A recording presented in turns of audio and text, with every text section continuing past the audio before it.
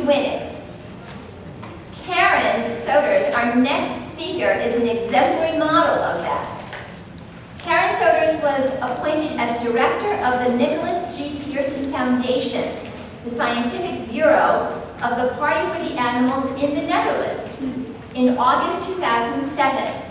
She was the project manager for the much-discussed documentary, Meet the Truth, that's M-E-A-T, the Truth, and was responsible for its sequel, See the Truth, S-E-A, the Truth, and was one of the makers of a visual documentary about religious slaughter without pre-stunning. She is the executive producer of the documentaries, The Pacer in the Marathon, about 10 years Party for the Animals, and One Single Planet. Soeters also works as a lecturer of media psychology at the Institute for Media and Information Management in the University of Amsterdam, and is the founder of the internet platform on animals, nature and environment, PiepVandaag, the Netherlands. Karen Soeters.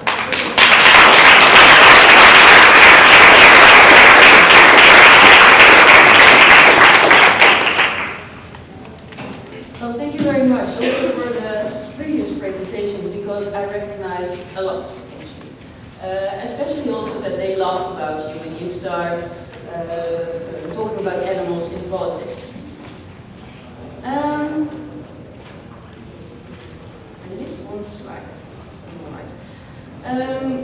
First of all, I would like to tell you something about the country I come from and what we did. Because, of course, we have one planet.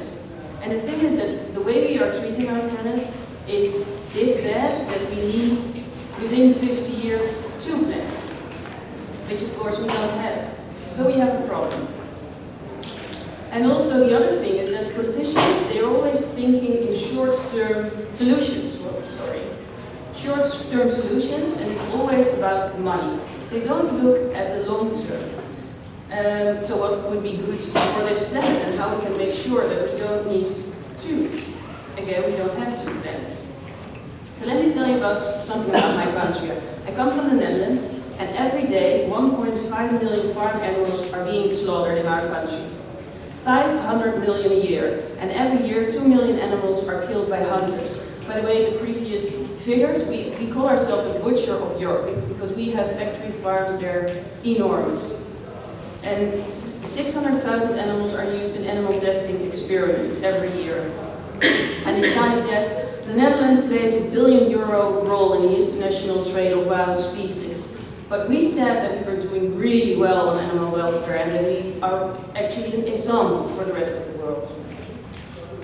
So in 2002, 4 people in the Netherlands, and among them was Marianne Thieme, the party leader of the Party for the Animals, they thought this should be different because politicians, they don't talk about animal welfare. They're not into animal welfare at all. So they started the Party for the Animals. And as you told, we were loved. They were saying why it's something that when you're really wealthy, you start a party for the animals. It's ridiculous. In 2005, we campaigned against European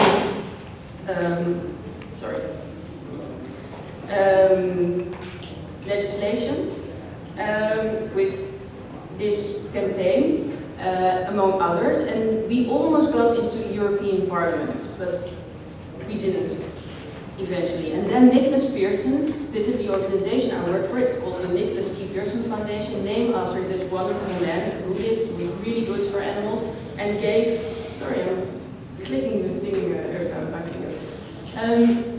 And gave a huge amount of money that we could campaign with. And then in the next elections, in 2006, for the national parliament, we got in. So it says, make The Hague, where the parliament is, wake them up, choose a party for the animals. And on the right, you see someone who's wearing a suit, by the way. Marianne Thieme, and who did really well.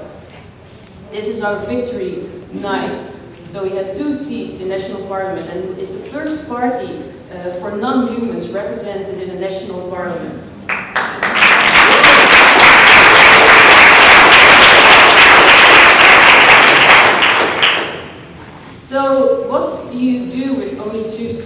in a national parliament? Well, we do a lot.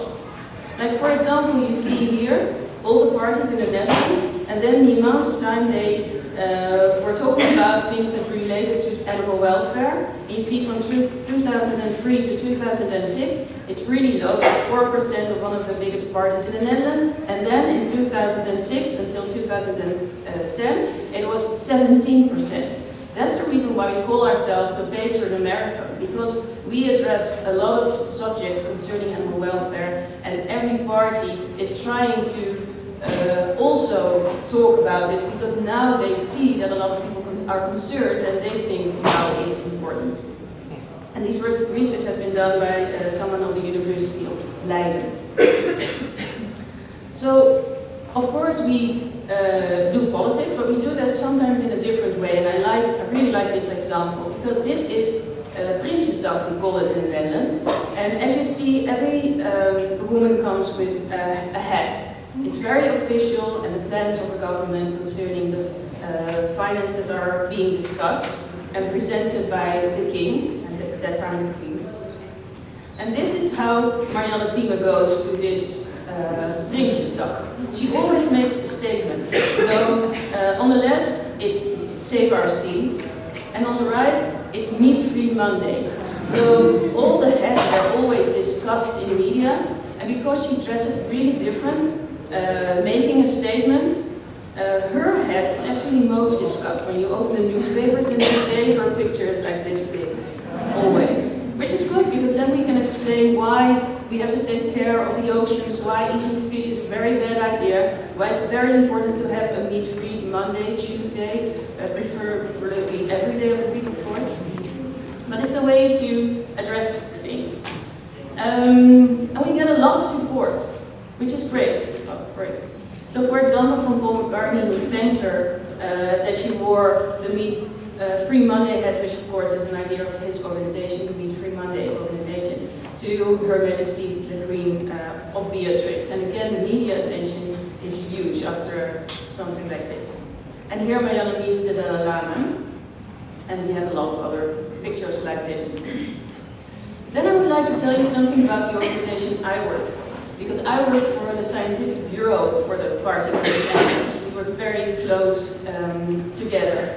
And when I started my work in 2007, the movie An Inconvenient Truth was just released. It's a great documentary. Of course, you have probably all seen it, but something was missing in this movie, and we were really surprised about the thing that was missing, because livestock farming has a huge influence on global warming.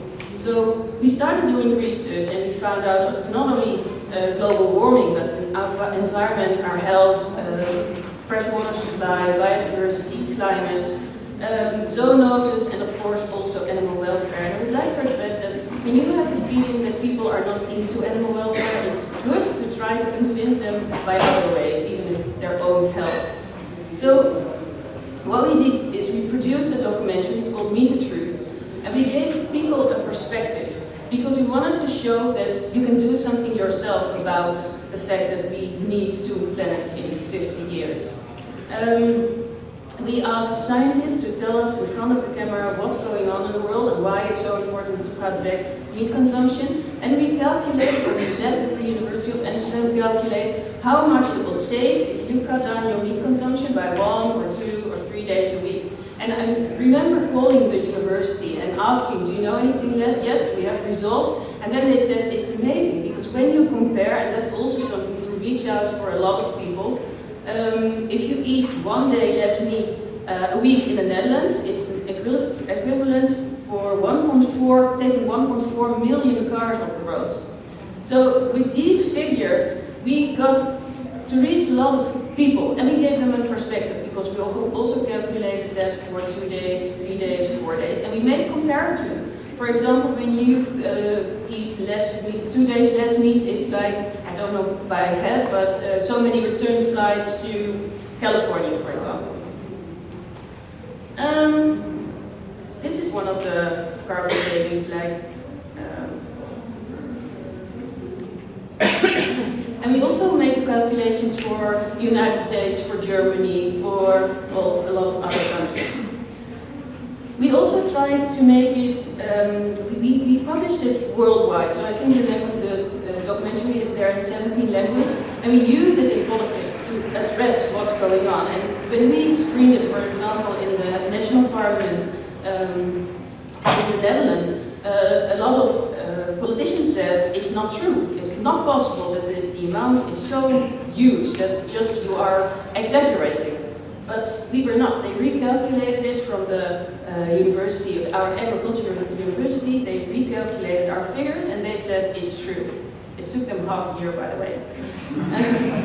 And we try all kind of things to make people aware. So we organized huge premieres of our documentary. And again, it was screened. You see beneath Odeon West End, that's in London, but also the Meet the Truth, where we are wearing the caps on our faces. And I don't know if you see the picture, but on the caps there's a notes because of the diseases that we spread at this moment. This is in New York. Then people said, okay, I can eat less meat. We start 1 day, 2 days, we eat less meat, and then we start eating fish. Of course, that wasn't what we planned, so we made a sequel to our documentary. It's called See the Truth, and it's about the condition of the oceans. And the thing is that with the oceans, the condition is so bad that we couldn't give a perspective, what we like to give people, because one of the things you should always be aware of is that you're not going to be a person who is against everything. A lot of people, I had a meeting with a very wealthy person who was thinking about supporting us, and then we had this meeting and he says, oh, I'm so relieved, it's not as bad as I thought speaking with you. And I was like, okay, I did wear the suit, but one way or another, he had a very bad impression or something, but he felt like I was going to say to him that he was a very bad person in everything he did. So be positive, make sure that you, also when people do the right thing, I never talk to friends, for example, about eating meat. I have some friends who still eat meat, but they come to me and they say, I'm going to eat less meat, or I just quit, I just will eat 1 day a week meat, but because of you. And I never talk about these things. I'm just trying to be positive, that works. Not always, of course, but make sure that you don't, you're not against everything, let's put it that way. So the project we made last year is called One Single Planet, again because we are really concerned about our planet and what we are doing to it. And it's actually a sequel to Meet the Truth, because there has been a lot of changes, but it's not enough in our opinion. So we asked Marianne Thieme to make with us a documentary on biodiversity, on freshwater, food security and zoonoses. And you can watch that separately. So we're always thinking about how to reach a lot of people, how we can make sure that politicians and policymakers and also a wide broad public can watch our documentaries. They're also free, always available on the internet, and people can send them to each other and use them as they like. This movie was screened yesterday, the last evening. It's called the Pacer in the Marathon, and that's again the way we see ourselves. We are the pacer. We make sure that other politicians are thinking about animal welfare, and of course we have a lot of accomplished in the national parliament already, and we're also in the European Parliament, which is really great. And I think we have 50 or more representatives in different functions in the Netherlands. So very good. This is the last slide that I would like to talk to you about, and it's called, when I translated it, Hold On to Your Beliefs. This is one of our campaign posters. The logo, it changed, by the way. You saw this cow and now we have this. The thing is that just when you are in politics, a lot of people, they go with the flow. Like when it's a very good thing to vote with this, because then you know that you're probably going to get your bill or whatever when you just vote there. We never do that. We always hold on to our beliefs, and we believe in a better world, and we don't have two planets, we only have one. So take good care of animals, take good care of our planet and nature, and also of humans, of course, and then we will have a much happier life. So thank you very much.